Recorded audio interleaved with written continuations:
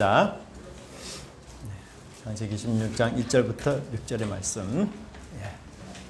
우리 한 절씩 교독하겠습니다. 아브라함의 아내 사레는 출산하지 못하였고 그에게 한 여종이 있으니 애굽 사람이요 이름은 하갈이라.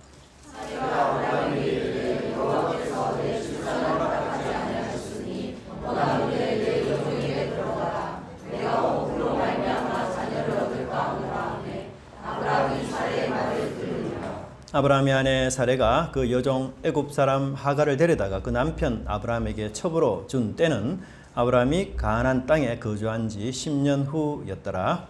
아브라함이 하갈과 동침하였더니 하갈이 임신하매 그가 자기의 임신함을 알고 그의 여종을 멸시하니라. 사레가 아브라함에게 이르되 내가 받는 모욕은 당신이 받아야 옳도다. 내가 나의 여종을 당신의 품에 두었거늘 그가 자기의 임신함을 알고 나를 멸시하니 당신과 나 사이에 여호와께서 판단하시기를 원하노라. 그에게 이르되 당신의 여종은 당신의 수중에 있으니 당신의 눈에 좋은 대로 그에게 행하라 하매 사레가 하갈을 학대하였더니 하갈이 사레 앞에서 도망하였더라. 아멘. 네. 우리 인사를 했으면 좋겠는데 오늘 우리 찬양의 마지막에 보면 강하고 담대하라 이렇게 우리 찬양했는데 그 찬양 억구로 같이 인사했으면 좋겠습니다. 인사하십시다. 우리 강하고 담대하십시오. 네. 네. 네. 요즘 더위가 장난이 아닙니다. 열대 현상 때문에 저녁에 주무시는데 여러분 많은 어려움이 있으리라 이렇게 생각이 듭니다. 열대야에 대한 재미있는 글풀이가 있는데요. 저녁이 너무 더워서 세수대야로 열대야 정도는 물을 뒤집어 쓰고 자야 이렇게 잠을 잘 잘 수 있다. 이렇게 해서 열대야라고 이렇게 이야기한다고 합니다. 네. 우리는 지난주 그 아브라함에 대해서 배웠습니다. 하나님께서 아브라함에게 자손과 또 땅을 약속하셨는데요. 자손을 준다는 얘기는 하나님께서 이 불패와 또 불멸의 하나님의 생명 그것을 내가 너에게 주겠다라는 그런 뜻이었고 또한 땅을 주겠다라는 이 말 속에는 하나님께서 너희들이 공의와 정의의 삶을 살아야 한다라는 것을 강조하셨던 것입니다.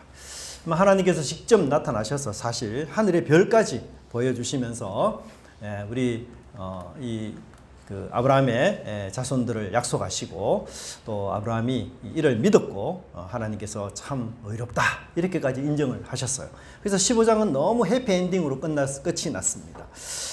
그래서 이제 아브라함은 하나님을 직접 만나기도 하고 이런 계시의 말씀도 들었고 심지어 하나님과 언약을 맺지 않았습니까? 그러니 아브라함이 하나님의 약속을 믿고 잘 기다릴 것이다 라고 생각이 들었는데요. 죄송하지만 오늘 본문에서는 너무나 생각지 못한 엉뚱한 일이 생기게 됩니다. 그것은 바로 사라의 불신과 그의 대안 때문에 이 사라의 가정, 아브라함의 가정이 풍지평파를 일으키는 그런 일들이 생겨버리게 됩니다. 이 사라의 대안이 해결책이 아니라 그 가정에 걸림돌이 되고 갈등을 일으키는 행복이 아니라 불행을 일으키는 그런 끔찍한 대안이 되고 말았던 것입니다. 우리도 이 사라처럼 행동하고 있는 것이 없는지 살펴보면서 정말 하나님의 약속을 믿는 그런 인내의 믿음으로 살아가는 저와 여러분이 되기를 간절히 바랍니다. 첫 번째는 불신과 원망에 빠진 사라를 볼 수가 있습니다. 여러분, 우리는 지금까지 사라의 음성을 단 한 번도 듣지 못했어요. 창세기 12장부터 15장까지 사라는 정말 투명 인간 취급당하면서 한 번도 그의 대사가 직접적으로 나온 적이 없고 그 사라의 음성을 직접 들은 적이 없어요. 사실은 애굽에 내려갈 때에 사라가 한 번쯤은 이야기할 만한 그런 시점 아닙니까? 자기 의지와 달리 애굽에서 바로의 아내가 될 아주 긴박한 상황이었고 사실 부부 관계가 깨어지는 아주 절박한 순간이었잖아요. 그런데도 그 순간에 사라의 음성이 전혀 들리지 않았어요. 근데 이제 오늘 본문에서 처음으로 이제 사라의 음성을 들을 수 있는데 이 처음 표현하는 사라의 음성에서 우리가 안타까운 점은 이 그녀가 하나님께 대한 원망과 불평이 가득하다라는 것을 우리가 알 수가 있습니다. 그녀는 여호와께 불평을 했어요. 뭐라고 불평했습니까? 여호와께서 내 출산을 허락하지 않았다. 그러니까 하나님이 막았으니까 내가 뭐 어떻게 할 수가 없다. 그래서 나는 내가 가진 대안을 당신에게 제안하겠다. 이렇게 이야기한 것이에요. 사실 여러분, 하나님을 원망하고 하나님께 불평하면 세상적인 대안, 인간적인 방법을 찾을 수밖에 없습니다. 그 대안이 뭡니까? 바로 자신의 여종 하갈과 남편 아브라함이 동침해서 낳는 아기를 사라의 품에 안으려는 이런 시도였던 것이었습니다. 일종의 이 하갈을 씨바지로 이용하겠다. 그런 내용이었습니다. 근데 여러분, 이 일이 언제 일어났습니까? 3절을 보니 가나안 땅에 들어온 지 10년 만에 일어난 일이다. 이렇게 표현하는데요. 이때 아브라함의 나이가 몇 살이죠? 85세입니다. 그죠? 75세에 아브라함이 가나안 땅에 도착했으니까 가나안 땅에 도착한 지 10년이 지났으니까 85세예요. 그리고는 사라는 몇 세입니까? 예, 75세. 정확하게 10년 차이가 납니다. 75세예요.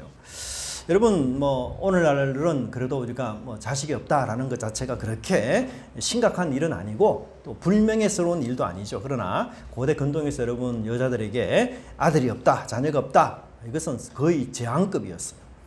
그리고 무자식은 여성으로서의 역할을 다하지 못했다. 이래서 대단히 불명예스러운 것으로 생각을 했습니다. 사실 여러분, 우리 조선시대만 하더라도 유교 문화가 우리가 있었어요. 그 유교 문화에 어떤 게 있었습니까? 칠거지악이 있었어요. 그죠? 예, 아시다시피. 그러니까 이 칠거지악은 남편의 일방적인 의사 표시로 아내와 이혼할 수 있는 사유들, 7가지 이유들, 그것을 이야기하는 거 아니에요. 7가지 잘못이 다음과 같다고 합니다. 시부모에게 순종하지 않았다. 자식이 없다. 음탕하다. 질투한다. 나쁜 병이 있다. 비방중상한다. 도둑질한다. 참 말도 안 되는 변명이 있기는 합니다. 근데 이 아브라함 시대에도 여러분, 자녀가 없는 가정은 어떻게 후손을 세웠을까요? 바로 대리모 제도가 있었어요. 그래서 이 씨바지 제도도 있었고요. 심지어는 부잣집의 여주인의 여종이 일종의 씨바지 역할을 했습니다. 그래서 그 아이가 태어나면 그 아이의 그 주인이 바로 여주인의 소유가 되고 또 자식이 되기도 합니다. 이 아브라함과 사라가 살 당시에 이런 풍습이 만연해 있었기 때문에 사라는 사실 이 풍습을 따라서 자신의 여종 하갈을 아브라함에게 보낸 것이에요. 그러니까 이 행동에는 당시 사회적으로 지탄받을 악행이나 혹은 범죄 행위는 전혀 아니었습니다. 그러면 왜 이 시점에 와서 아브라함이 대리모 여종을 하갈을 아브라함에게 주게 되었을까요? 아니, 하갈에게 여종이 있었다면 85세가 되기 이전에 아브라함에게 줄 수 있지 않습니까? 여러분, 아브라함이 이 가나안 땅에 와서 제일 처음에 누구를 자신의 후계자로 지목했어요? 롯이었어요. 그리고는 롯이 떠나니까 대리로 또 누구를 지목했습니까? 다메섹 사람 엘리에셀이었습니다. 근데 왜 85세나 된 지금에서야 사라가 자신의 여종 하갈을 아브라함에게 보냈을까요? 1절과 3절을 보면 여러분, 이 하갈은 어느 나라 사람이라고 합니까? 애굽 사람이에요. 그러면 언제 이 하갈을 얻었을까요? 아마도 기근 때문에 애굽에 내려갔다가 바로가 이 사라에게 이 여종을 선물로 준 것 같아요. 그때가 아브라함 나이 75대거든요. 그러니까 여종 하갈은 아브라함이 75세가 되던 때부터 계속해서 85세가 되던 10년 동안 함께 그 집에 있었어요. 근데 76세, 77세, 78세가 아니고 85세가 되어서야 하갈을 남편 아브라함에게 주는 이유가 뭐예요? 그 이유는 바로 아브라함의 몸에 변화가 생기기 때문이에요. 여러분, 아브라함이 롯을 후계자로 지목하고 엘리에셀을 후계자로 지목할 때는요, 그 당시만 하더라도 아브라함에게는 생식 능력, 기능이 완전히 상실된 남자였어요. 그러니 제3자를 자기 후계자로 삼는 거죠. 그리고 사라도 자신의 여종 하갈을 주실 생각도 안 했어요. 아브라함에게 그런 능력이 없는데 하갈을 줘봤자 뭐 하겠어요. 그런데 85세가 지난 이 시점에 아브라함에게 놀라운 몸의 변화가 일어난 것이었어요. 일종의 회춘이 된 것입니다. 그런데 사라는 어때요? 남편은 지금 회춘했는데 사라는 어떻습니까? 여전히 임신 불가능해요. 그러니까 사라가 누구에게 지금 원망 불평하게 생겼습니까? 하나님. 하나님, 너무합니다. 왜 남편 몸은 저렇게 회춘시켜 놓고 제 몸은 여전히 임신이 불가능하게 만들어 놓습니까? 그래서 대안을 아브라함에게 제안하고 있는 것이에요. 사실 여러분 부부는 한 몸이죠. 근데 남편만 회춘하고 아내는 아직 임신 불가능. 그러면 막 짜증도 나고, 그죠? 기분도 나쁘죠. 예. 그래서 그녀의 첫 마디가 하나님께 대한 불평과 원망이었습니다. 여러분 불평과 원망은요, 경쟁과 비교에서 나오는 표현이 마음이에요. 하나님, 왜 아브라함의 몸은 회복시키는데 저의 몸은 아직 여전히 그런 임신 불가능의 몸입니까? 하나님 너무합니다. 뭐 하나님이 아브라함 저희 남편만 사랑하는 겁니까? 왜 저는 사랑하지 않아요? 이런 식의 표현이었죠. 우리도 이처럼 사랑해야 될 남편과 아내와도 경쟁의 관계에 빠질 수가 있어요. 둘이 한 몸이라고 하지만 때로는 경쟁 관계에 빠져가지고 서로의 잘됨에 대해서 시기 질투하기도 하고, 그래서 건강해도 시기 질투요, 몸이 약해도 질투하기도 하고, 심지어 자녀들과도 우리가 경쟁 관계에 빠질 수도 있는 것입니다. 그렇기 때문에 외부 사람하고 경쟁하는 것, 같은 교회 우리 성도들끼리 비교 경쟁하는 것, 뭐 친척들과 비교 경쟁하는 것, 직장 동료들과 비교 경쟁하는 것, 더욱 심하게 쉽게 할 수가 있어요. 사라는 이 아브라함의 가정에서 자기가 가장 약한 자로 생각을 했어요. 남편은 회춘했지만 그녀는 그렇지 못합니다. 그런데 여종 하갈은 또 임신 가능한 상태였어요. 그러니까 아브라함의 이 가정 중에서, 여자 중에서 가장 무능한 여자가 자신이라고 생각한 거예요. 사실 여러분 사라는 어떤 사람이에요? 아브라함의 아내입니다. 아브라함 가정에서 서열이 두 번째로 되는 사람이에요. 이 사라가 집에 오갈 때에 많은 종들을 만나게 되면 어떻게 합니까? 사라에게 인사를 고개를 합니다. 아이고 사모님 잘 계셨습니까? 안녕하십니까? 예의를 다 표현합니다. 사라가 여러분 한마디 명령하면 종들이 들어야죠. 순종합니다. 집안에서 여러분 아브라함 외에 사라의 말을 거스릴 종, 거부할 종 없어요. 그런데도 이 사라가 임신하지 못한다는 그 한 가지 사실, 그 진실, 그 약점이 사라의 인생을 온통 먹구름으로 만들어버렸습니다. 아니 내가 집에서 2인자면 뭐하냐? 예? 아니 종들의 내 앞에서는 고개를 숙이고 인사하겠지. 근데 뒤에 가서 뭐라고 하겠어?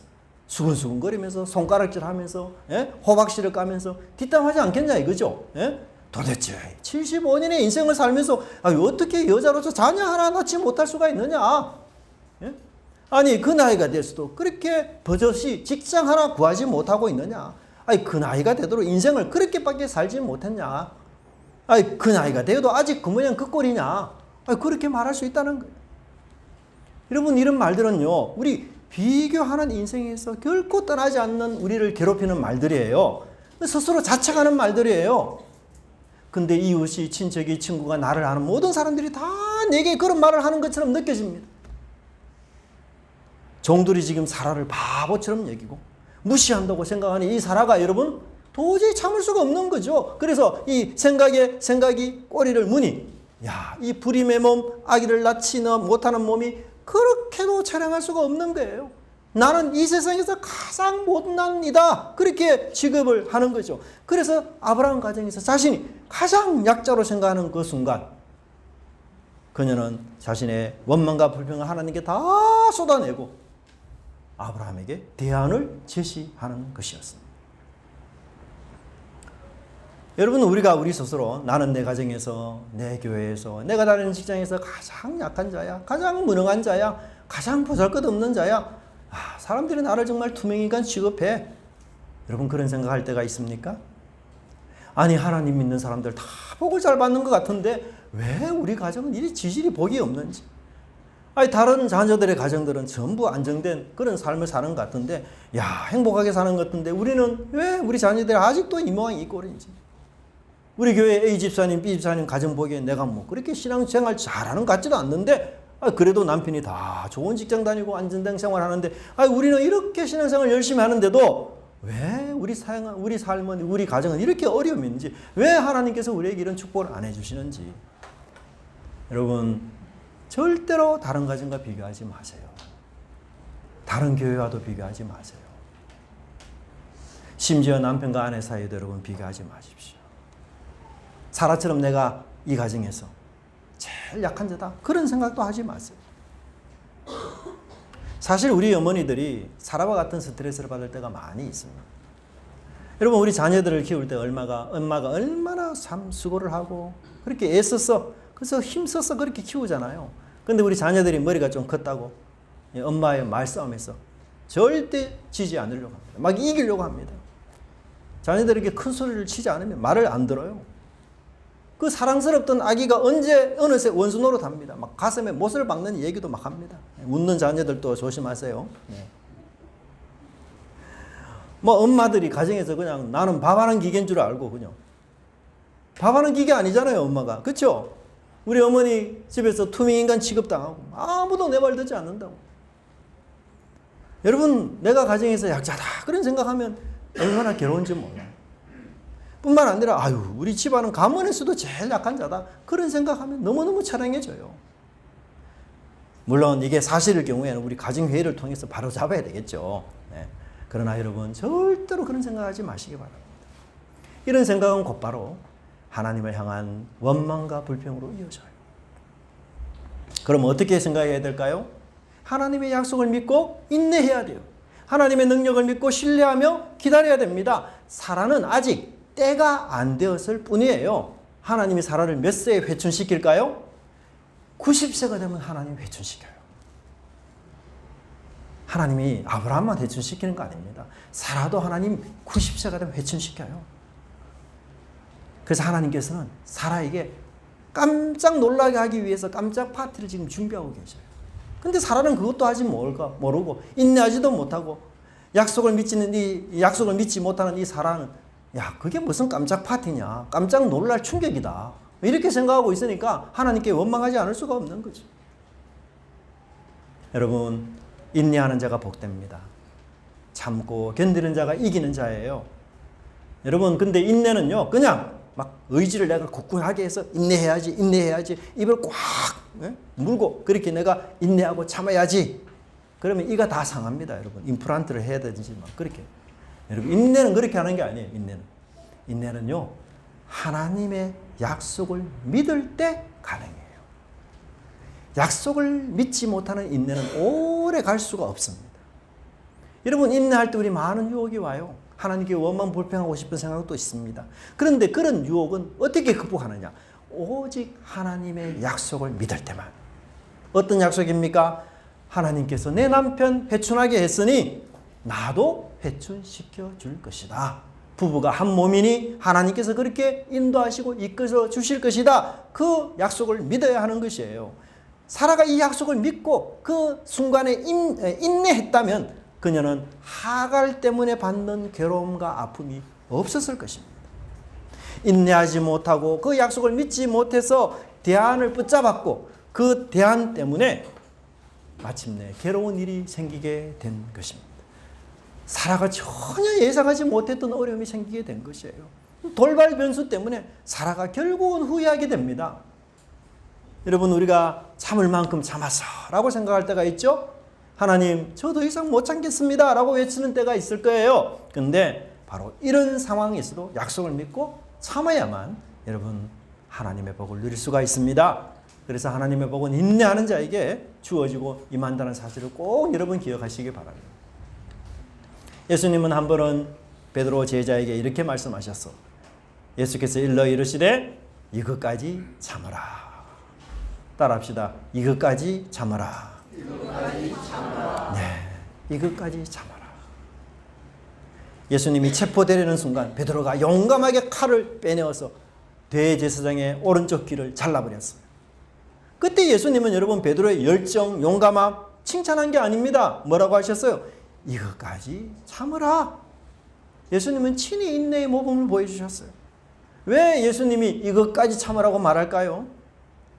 여러분 베드로가 체포되는 순간, 예수님이 체포되는 순간 베드로는 야 예수님 잃어버릴 수 있어. 예수님 빼앗기면 안 돼. 예수님 체포되면 안 돼. 그런 용기 때문에 칼을 뽑아들었습니다. 근데 여러분 예수님이 체포되고 순환당하는 것은요 권세와 지위를 잃어버리는 것이 아니라 오히려 하늘의 권세를 얻는 순간이에요. 그러니 예수님이 베드로에게 인내하라 이렇게 이야기하는 것이에요. 온 세상은 하나님의 것 아닙니까? 그리고 그 하나님께서는 결국 자신의 외아들이신 예수님께 온 세상의 권세를 다 주실 거예요. 그 약속을 예수님은 믿고 확신했기 때문에 인내하고 참을 수 있었던 것이었습니다. 우리 인내를 무너뜨린 게 뭐예요? 여러분, 조바심이에요. 조바심. 불안이에요. 우리 마음속에 불안이 생기죠. 조바심이 생기죠. 그럼 인내가 무너집니다. 근데 그 인내를 굳게 붙잡는 게 뭡니까? 약속이에요. 하나님 말씀입니다. 결국 인내하는 자는요, 승리를 확신하는 자가 인내해요. 잃어버릴 수 있다는 두려움, 약자라는 두려움, 무능하다는 두려움, 이대로 가만히 있으면 안 된다는 두려움, 하나님께 대한 원망과 불평, 이런 마음은 우리를 인내하지 못하게 만듭니다. 결국은 내가 승리할 거야. 결국은 내가 이길 거야. 결국은 하나님의 약속이 내 삶 속에도 이루어질 거야. 하나님이 나에게도 회춘의 은혜를 주실 거야. 이렇게 믿는 사람은 기쁨 가운데 인내할 수 있는 것입니다. 여러분, 이런 찬양이 있습니다. 제가 우리 반주자에게 이야기는 안 했는데 같이 한번 불러봤으면 좋겠습니다. 주님의 시간에 시작. 주님의 시간에 그의 뜻 이루어지리 기다려 하루하루 살 동안 주님 인도하시니 주 뜻 이룰 때까지 기다려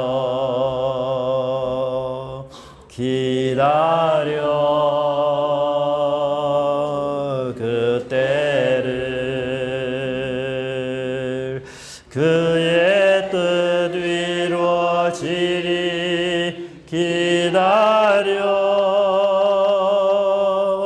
주의 뜻 이루어질 때 우리들의 모든 것 아름답게 변하리 기다려. 여러분, 이 믿음 꼭 가지시기 바랍니다. 그래서 여러분의 인생에 아름다운 꽃들이 활짝 피기를 진짜 바랍니다. 두 번째는 사라의 대안과 고통이에요. 자신의 몸에 자녀의 생산이 더 이상 불가능합니다. 아마도 저와 여러분이 그 당시 사라였다면 누구나 여종 하가를 아브라함에게 보낼 생각을 했을 거예요. 그 당시 풍습이었기 때문에 그런 거죠. 더구나 하나님께서는 창세기 15장에 나타나셔서 뭐라고 아브라함에게 약속했습니까? 네 몸에서 날 자가 네 상속자가 된다. 그렇게 약속하지 않았습니까? 그런 이후에 16장에서 아브라함의 몸이 회춘한 거예요. 사라 입장에서는 뭐예요? 이 기회를 놓치면 안 되겠다. 야, 사라가 도대체 내 남편이 도대체 몇 년 만에 회춘한 겁니까? 75세 이전부터 생식 능력이 없었던 남편이었어요. 근데 어떻게 85세부터 회춘하다니. 이 회춘이 여러분 언제까지 지속될지 어떻게 알겠어요? 네? 1년 동안 지속될지 2년 동안 될지 아니면 이 석 달 만에 회춘이 끝날지 아무도 모르는 거예요. 그러니까 이 사라 입장에서는 조바심이 난 겁니다. 네? 밀물에 뭘 하라? 배를 띄워라. 그렇죠? 물 들어올 때 노를 저어라. 때를 맞춰서 일해야 성공 확률이 높지 않습니까? 언제 밀물이 썰물로 바뀔지 알 수가 없는 거예요. 그리고 지금이 바로 그 때라 여긴 이 사라는 자신의 여종 하가를 그 대안을 아브라함에게 제시한 것이었습니다. 하지만 이는 사라의 잘못된 생각이었어요. 오해에서 빚어진 행동이었습니다. 아브라함의 몸에서 날 상속자라는 것은 사라의 몸과 별도로 생각해서는 안 되는 것입니다. 하나님께서 창조 때 어떻게 하셨습니까? 아담과 하와를 끌어다가 너 둘이 한 몸이 된다. 부부는 뭐예요? 한 몸이다. 그렇게 하나님 정의하셨어요. 그러니 아브라함의 몸에서 날 상속자가 된다는 말은 다른 말로 하면 누구의 몸에서 날 상속자가 된다는 거죠? 사라의 몸에서 날 상속자가 된다는 말과 똑같은 말이에요. 부부를 한 몸이라 하신 하나님께서 사라가 아닌 사라의 여종을 통해서 아브라함에게 상속자를 준다. 야, 이건 하나님의 이율배반적인 행동이에요. 네, 하나님 이율배반적인 행동이에요. 하나님의 원칙과 모르는 그런 법칙을 모르는 이 사라의 어리석은 결정이었던 것입니다. 그래서 여러분 오늘 본문을 자세히 보시면요, 아브라함과 사라를 언급할 때 항상 남편 아브라함, 아내 사레 이 칭호를 의도적으로 쓰고 있어요. 3절을 보세요. 3절을 보면 아브라함이 사라의 아내의 말을 듣고 하갈을 취하는 장면에서 성경 저자는 아브라함의 아내는 사레, 사라의 남편 아브라함 이렇게 나와요. 그래서 남편과 아내라는 단어가 각각 한 번씩 나오고 있습니다. 그 사이에 하갈은 어떤 여자입니까? 첩이라는 단어를 썼어요. 그 말은 이 성경에서 사라와 아브라함의 부부관계를 강조한다는 거예요. 그래서 하갈을 아브라함에게 주는 것은 명백히 잘못된 것이고 부정한 것이며 하나님의 뜻이 아니다. 그것을 강조해 주고 있습니다. 뿐만 아니라 사라는 여기서 과거 그들의 조상 누구를 닮았을까요? 하와를 닮았어요. 하와. 사라는 지금 하와의 닮은 꼴이에요. 하와가 선악과를 취하여 먹었죠? 그걸 누구에게 줍니까? 아담에게 줍니다. 그럼 아담이 그 실과를 선악과를 먹습니다. 지금 사라는 하갈을 취하여 아브라함에게 줍니다. 그리고 아브라함은 하갈에게 들어갑니다. 사라하고 똑같은 행동, 하와와 똑같은 행동을 하고 있어요. 그리고 이 선악과를 먹은 책임을 하와에게 물으니까 하나님이 뱀입니다 라고 탓하는 것처럼 사라 역시 자신의 불임 책임을 누구에게로 돌립니까? 하나님께로 돌리는 거예요. 여러분, 사라의 대안은요, 지금 첫 단추부터 잘못 끼워졌어요. 그러니 나머지 단추들도 다 제자리를 찾지 못합니다. 사라가 원하는, 기대하는 결과를 얻지 못해요. 여러분, 우리 세상 풍속은요, 타락한 거예요. 그죠?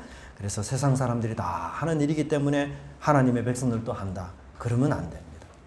하나님의 백성은 누구의 법을 따라가야 살아야 됩니까? 하나님의 법을 따라야 돼요. 세상 법이 아닙니다. 여러분, 사라에 대하는 현명하지도 지혜롭지도 못한 것이었으면 어리석은 것이었어요. 근데 놀라운 것은 아브라함의 자세입니다. 여러분, 아브라함은 그 집의 가장 아닙니까? 책임자 아닙니까? 창세기 15장에서는 하나님의 계시를 친히 들은 사람 아닙니까? 그런데도 사라의 대안을 그대로 따르고 있습니다. 그는 돌이켜서 하나님의 뜻이 무엇인지, 하나님의 대안이 무엇인지 전혀 묻지 않은 채 사라의 말에 순종하고 고분고분 듣고 있어요. 지금 이 부부는 하나님을 투명 인간 취급하고 있습니다. 사라와 아브라함은 하나님을 손님 취급하고 있습니다. 아내도 좋고 남편도 좋으니 이제 조리둘이 좋으면 끝이야. 하나님도 좋아야죠. 남편도 좋고 아내가 좋으면 다 끝입니까? 아니에요. 하나님이 최종 결정을 하셔야 되는 거 아니에요? 하나님이 좋다 이렇게 말씀하셔야 되는 거 아닙니까? 아브라함은 아내 사라의 말을 들을 것이 아니라 하나님의 말씀을 귀담아 들어야 했던 것이에요. 기도하며 하나님의 뜻이 무엇인가를 물어보아야 했던 것이었습니다. 결국 이 사라의 대안은 사라에게 고통만 안겨주게 됩니다. 사라의 대안은 가정의 불화의 시작이 되고 사라가 기대했던 행복은커녕 불행을 가슴에 안게 되고 하갈을 통해서 자녀를 내가 한번 안아보리라 했던 그 사라의 가슴에는 상처와 괴로움만 잔뜩 안을 뿐입니다. 여러분, 그런데 왜 하필이면 애굽 여인 하갈을 남편 아브라함에게 첩으로 주었을까요? 예? 그 이유가 뭘까요? 아마도 하갈이 종으로서 사라에게 인정을 받은 것 같아요. 사라는 이 하갈이 주인인 자신을 절대로 배신하지 않을 여인으로 본 거예요. 야, 나를 이렇게 존중해주고 옆에서 내 말을 잘 들어주고 내 말에 잘 따라주는 이 하갈. 야, 그래서 남편에게 첩으로 줘도 우리 남편과 나의 관계는 끊어지지 않을 거야. 잘 이어질 거야. 이렇게 믿고 생각한 거죠. 그래서 하갈이 자녀를 낳은 이후에도 그 자녀를 나에게 기꺼이 내 품으로 줄 거야. 이렇게 확신했기 때문에 그 하갈을 남편에게 준 거 아니에요? 근데 그게 사라의 환상이었어요, 여러분. 예? 사라의 환상이었습니다. 정작 하갈이 임신을 했습니다. 그러니까 어떤 일이 생깁니까? 사라의 환상이 다 깨졌어요. 4절을 보십시오. 예? 4절을 뭐라고 이야기합니까? 4절을 멸시했다. 아브라함이 하갈과 동침하였더니 하갈이 임신함에 그가 자기의 임신함을 보고 알고 그 여전을 어떻게 해요? 멸시한지라. 야, 여러분, 하갈이 변심했어요. 평소 그녀를 그렇게 내가 보고 옆에서 그렇게 같이 몇십 년을 적어도 살았잖아요. 같이 종으로. 그래서 그녀를 믿고 내가 내 남편에게 주었더니만 이 하갈이 임신했는 상황 속에 들어가니까 갑자기 마음이 바뀌었어요. 상황도 바뀌니 마음도 바뀌는 겁니다. 예? 그래서 여종 하갈이 임신하니까 어떻게 해요? 야, 사라를 무시하고 멸시한 거예요. 여종과 주인의 관계가 뒤바뀌고 말았습니다. 내가 아브라함의 가문에 있는 첫 아들 혈육을 낳는다. 이 자부심 때문에 하갈의 눈에는 사라가 여주인으로 보이지 않았던 거예요. 한편 여종 하갈의 멸시를 받은 사라는 누구를 찾아갑니까? 아브라함을 찾아갑니다. 그리고는 하갈의 멸시를 어떤 용어로 표현하는가 하면 5절에 보면 모욕이라고 모욕. 여러분 이 단어는요. 난폭한 행동을 뜻해요. 난폭한 행동. 사실 하갈이 여주인 사라를 때리거나 폭력을 행사하거나 이러지는 않았을 거예요. 하지만 말로도 얼마든지 뭐가 될 수 있습니까? 폭력이 될 수 있어요. 말로도 얼마든지 폭력이 될 수 있습니다. 사라는 하갈로부터 받은 이 멸시를 어느 폭력으로 규정했어요. 여러분 이 난폭한 행동이라는 이 단어는요. 홍수 심판 전에 사람들이 저질렀던 죄악의 모습이었어요. 그러니까 사라가 굉장히 큰 충격을 받은 거예요. 믿는 도끼에 뭐예요? 발등 찍힌 거예요. 사라를 하갈을 그렇게 믿었는데 아니 수긍하지 못할 정도의 멸시와 모멸이 하갈의 입에서 나오니까 이 사라가 깜짝깜짝 놀란 거죠. 사라의 마음이 그냥 갈기갈기 다 찢어진 거예요. 그래서 여러분 5절을 말씀해 보면 사라와 아브라함이 남남입니다. 이제는. 예? 3절에서 아내와 남편 이렇게 나왔던 이 단어가 5절에 아내 남편 단어 하나도 안 나와요. 단순히 사라 아브라함이에요. 당신과 나 남남이야. 뭐예요? 부부관계가 뭐가 같다? 금이 간 걸 암시하고 있어요. 금이 간 걸. 부부 사이의 행복은 다 떠나버리고 불행이 찾아왔어요. 그래서 사라가 아브라함 보고 뭐라고 말합니까? 당신이 받아야 할 모욕, 당신의 품에 내가 주었더니만 당신과 나 사이에 하나님이 판단하시려구나. 여러분 부부싸움도 도가 지나치면 조폭 저리갈 할 정도, 그죠? 진짜 무서워요, 무서워. 당신. 더구나 사라는 하갈의 멸시조차 누구의 잘못으로 여깁니까? 아브라함의 잘못으로 여겨요. 아브라함. 그러니까 사라는 나는 전적으로 옳았고 나는 피해자다. 아브라함 당신이 잘못 처신했다. 하갈이 배어망덕했다. 나는 이 가정에서 다시 약자의 입장에서 떨어졌다. 그 얘기잖아요. 근데 사라의 해석이 옳은 해석입니까? 전혀 잘못된 해석이죠. 사라는요 참 어처구니 없는 게 뭔가 하면 가장 먼저 하나님을 원망 불평함으로 일을 시작했어요. 근데 마지막에 되니까 또다시 하나님을 불러다가 자신의 변호인으로 삼아요. 얼마나 이중적입니까? 예? 그녀는 행복해지기 위해서, 아들을 품에 안기 위해서, 자신의 꿈과 목적한 바를 이루기 위해서 내가 남으로부터 존중받아야지, 인정받아야지 그 생각 때문에 대안을 마련하고 일을 진행시켰고, 그런데 그 결과가 이제는 아브라함을 원망하고 아브라함을 불평하며 심지어 하갈이 사라를 배신하고 멸시하는 일로 번져버렸습니다. 여러분 대안을 제시했던 사람은 낙동강 오리알이죠. 얼마나 처량합니까? 그렇게 자신이 외톨이로 남으니 과거에 불평하고 원망했던 그 하나님을 다시 불러다가 하나님 아브라함과 저 사이에 누가 옳은지 판단해 주세요 라고 요청하고 있는 거예요. 여러분 이 일이 이 지경까지 이르도록 한 책임자는 여러분 가정의 불행의 씨앗은 아브라함도 하갈도 하나님도 더더욱 아니고 사라의 불신이었어요. 사라의 잘못된 대안이었어요. 그것 때문에 불행의 씨앗이 된 것이에요. 여러분 하나님을 떠난 생각, 하나님을 제외한 대안들, 하나님을 주인으로 모시지 않는 계획은 항상 불행을 몰고 온다는 사실을 잊지 말아야 합니다. 여러분 지금 어떤 생각을 갖고 계십니까? 어떤 대안을 갖고 있습니까? 그 대안과 계획의 결과를 한번 생각해 보셨습니까? 그 대안 전에 먼저 하나님께 기도하십시오. 내 마음에 끌리는 대로가 아니라 하나님 말씀에 끌리는 대로 결정하시기 바랍니다. 아내의 말, 친구의 말, 선배의 말이 아니라 하나님의 말씀으로 우리가 인도를 받아야 합니다. 예상하지 못한 결과를 맞이해서 후회할 때는 이미 늦어요. 우리가 사라와 같은 동일한 실수를 우리는 범하지 말아야 되지 않겠습니까? 행복을 꿈꾸었지만 불행을 맛보았고 아기를 품에 안으려 했지만 멸시와 모욕만 돌아왔습니다. 대안을 따르면 성공하리라 여겨졌지만 배신당하고 말았습니다. 그러니 지혜로운 우리 성도님들은 하나님의 길을 따르시기 바랍니다. 약속의 말씀을 믿고 내 속에 있는 이 불신과 조바심과 불안과 싸워 이기시기 바랍니다. 여러분, 내가 하나님 말씀 믿고 잠잠히 있을 때 하나님이 일하기 시작해요. 근데 내가 하나님 말씀 믿지 못하고 나의 대안을 가지고 꾀를 부를 때 하나님은요, 팔짱 끼고 가만히 바라보십니다. 그래, 네 힘으로 얼마나 되는지 한번 두고 보자. 이제 어느 길을 선택해야 될지 여러분의 결정에 달렸습니다. 인내의 길, 약속을 바라는 길, 믿음의 길을 여러분 선택하시기 바랍니다. 그래야 여러분 가슴에 상처는 물러가고 기쁨이, 불행은 물러가고 행복이, 그리고 괴로움과 슬픔은 물러가고 웃음이, 이삭을 안는 그 은혜가 여러분 마음속에 있기를 간절히 바랍니다. 기도하겠습니다. 하나님 아버지 감사합니다.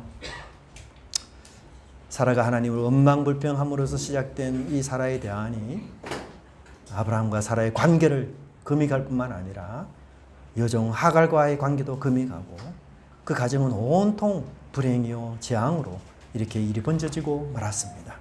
하나님, 저희들이 힘들고 어렵지만 하나님의 뜻과 계획을 묵묵히 따르는 은혜를 허락해 주시옵소서.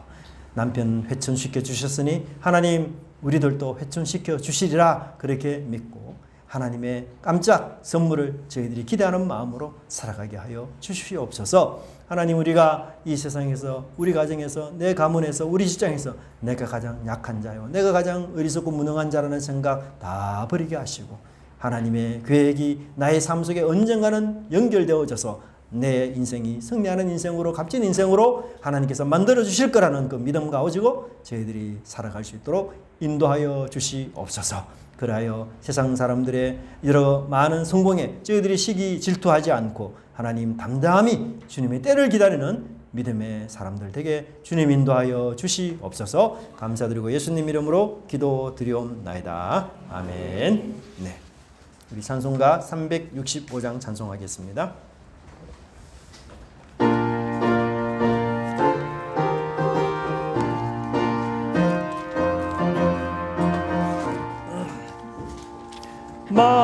마음속에 근심 있는 사람 주 예수 앞에